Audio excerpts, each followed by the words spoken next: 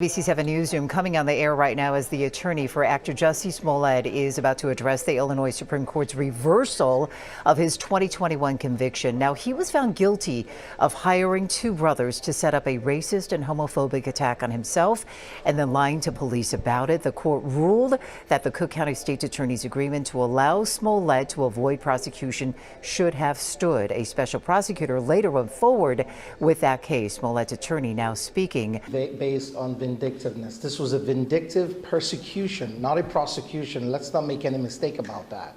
The Supreme Court was clear. The rule of law and due process have to remain the fundamental process for which the American jurisprudence is run. It is not run by public opinion.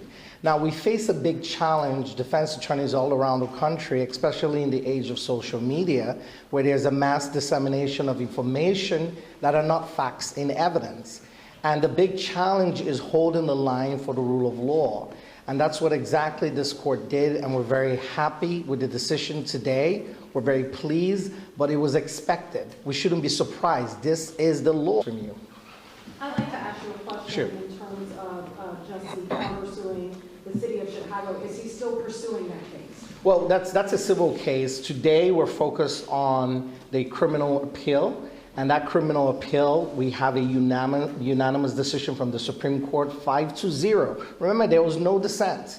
5-0 saying he was treated unfairly, that this was an unfair process. And when you have an unfair process, you have a travesty of justice, which is exactly what happened here. Of course, that's not the jury's fault. They were impaneled.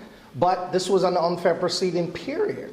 And so he's back to where he was. And so I would like, the real question now should be, you know, even though this is over now and Jussie absolutely wants to move his life forward, I think people should start asking questions. How did this happen? Why should this even happen? What can we do to make sure this doesn't happen again? And what were the facts that we never bothered to look at because everyone was distracted with public opinion? Please. Yes. Dan Webb released a statement earlier today, yes, pointing to the fact that the Supreme Court didn't take issue with any of them. He also mentioned that he disagreed with the Supreme Court's view of the facts and the law. So he said that. I read his statement. Statement is completely wrong. And he's been wrong all along. I have great respect for him as an attorney, but in this particular situation, he's completely wrong. And let me tell you why. You cannot say, hey, listen, the process is unfair.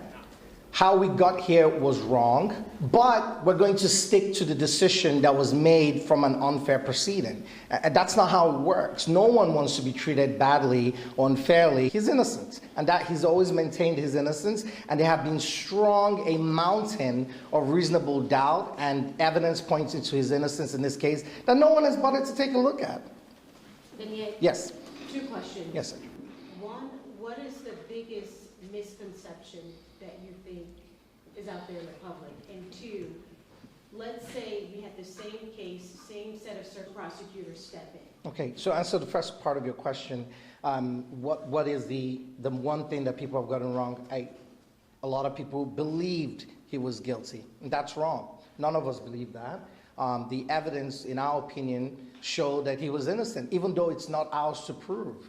Right? But if this was the regular Joe down the street, this case would never even have gone to trial. No prosecutor would have taken this case to trial. It was ridiculous. There was no direct evidence linking him to anything.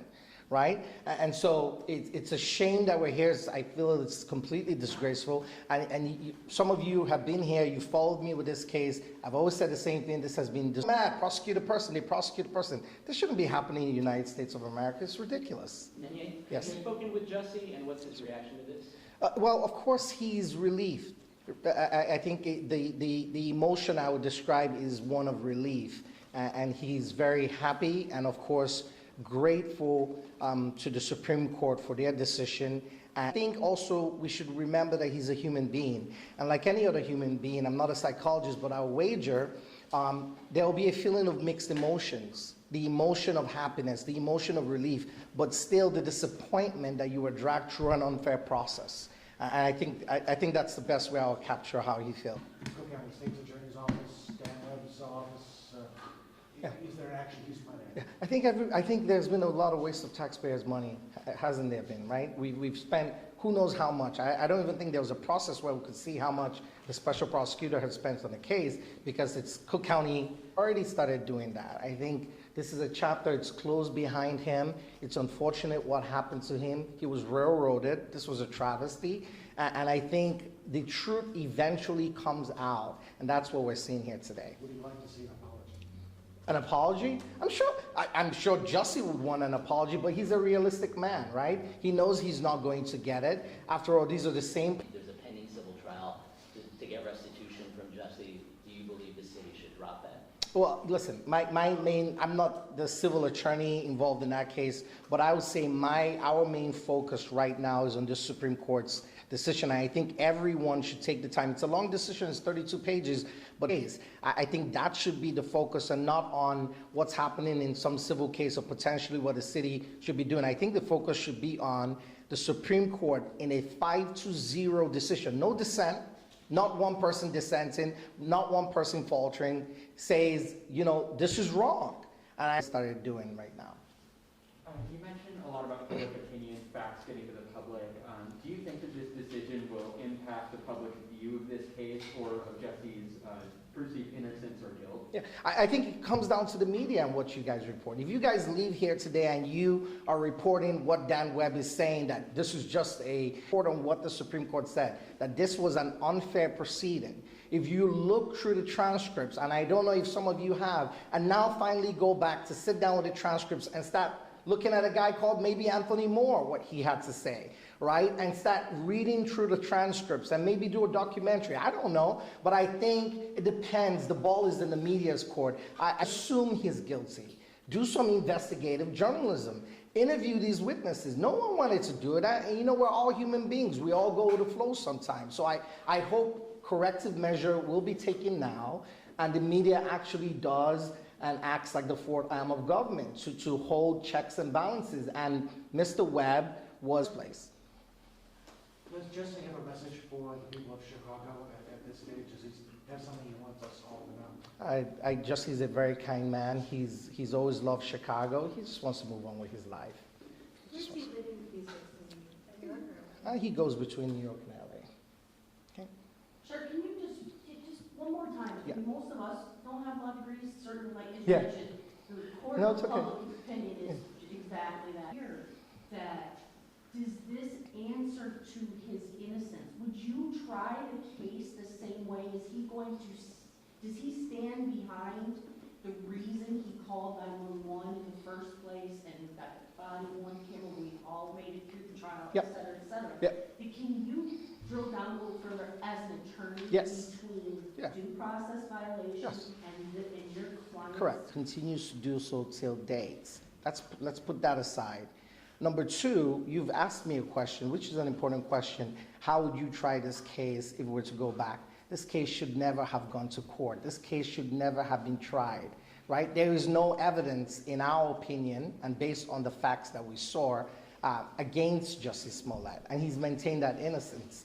And more importantly, we're in November, all right? And they've come out unanimously to say this was an unfair proceeding. So what I would like the public to understand is you cannot derive good from bad. You cannot say, hey, the proceeding is unfair, but we're going to believe hook, line, and sinker everything that came from the proceeding. It doesn't work that way. Now, did this attack take place the way that Jussie reported it to police in 2019? Was he attacked?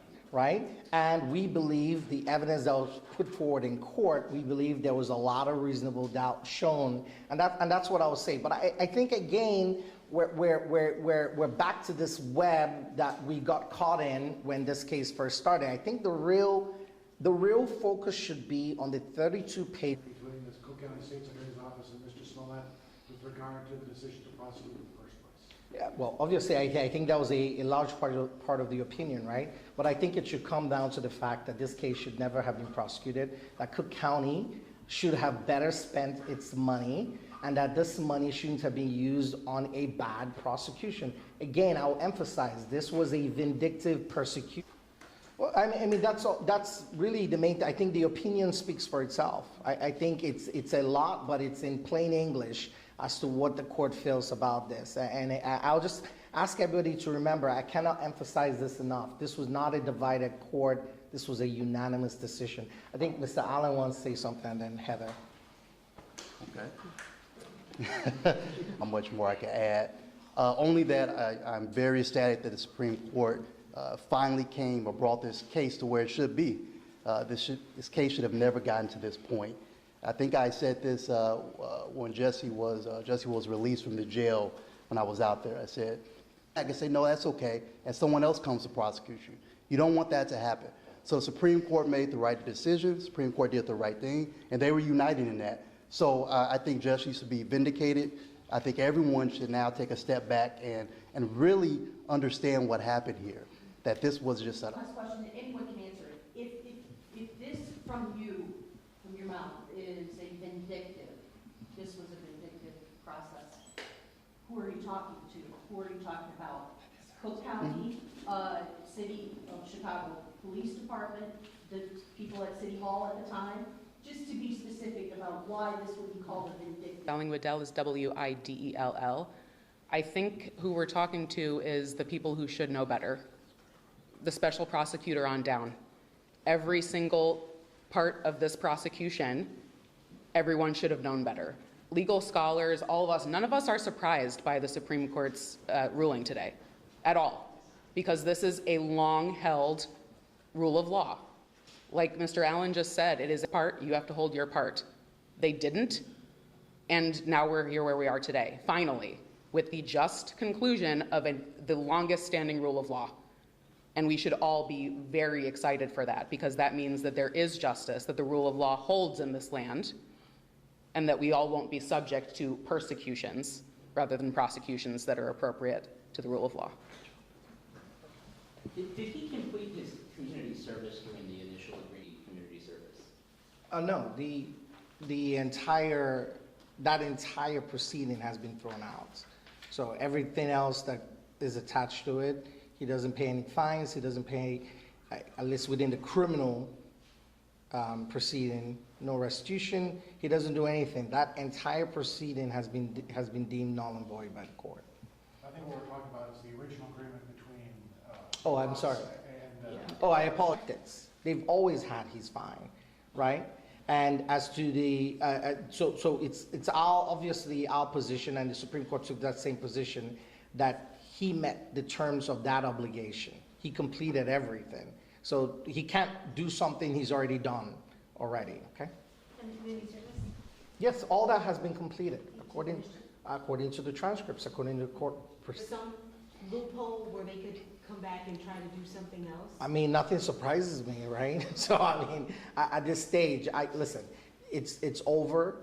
I think there should be a call to end the madness. I think a lot of taxpayer money has been spent for what? Nothing. For ridiculousness. Know what to do next. Obviously, the appeal in a sentence just goes away automatically, or you have to file a motion? Oh, it goes away automatically. There's instructions to the lower court, trial court. Everybody done? Yes. Okay, thank you. Thank you. for coming. Thank you. Thank you. Thank you. Thank you.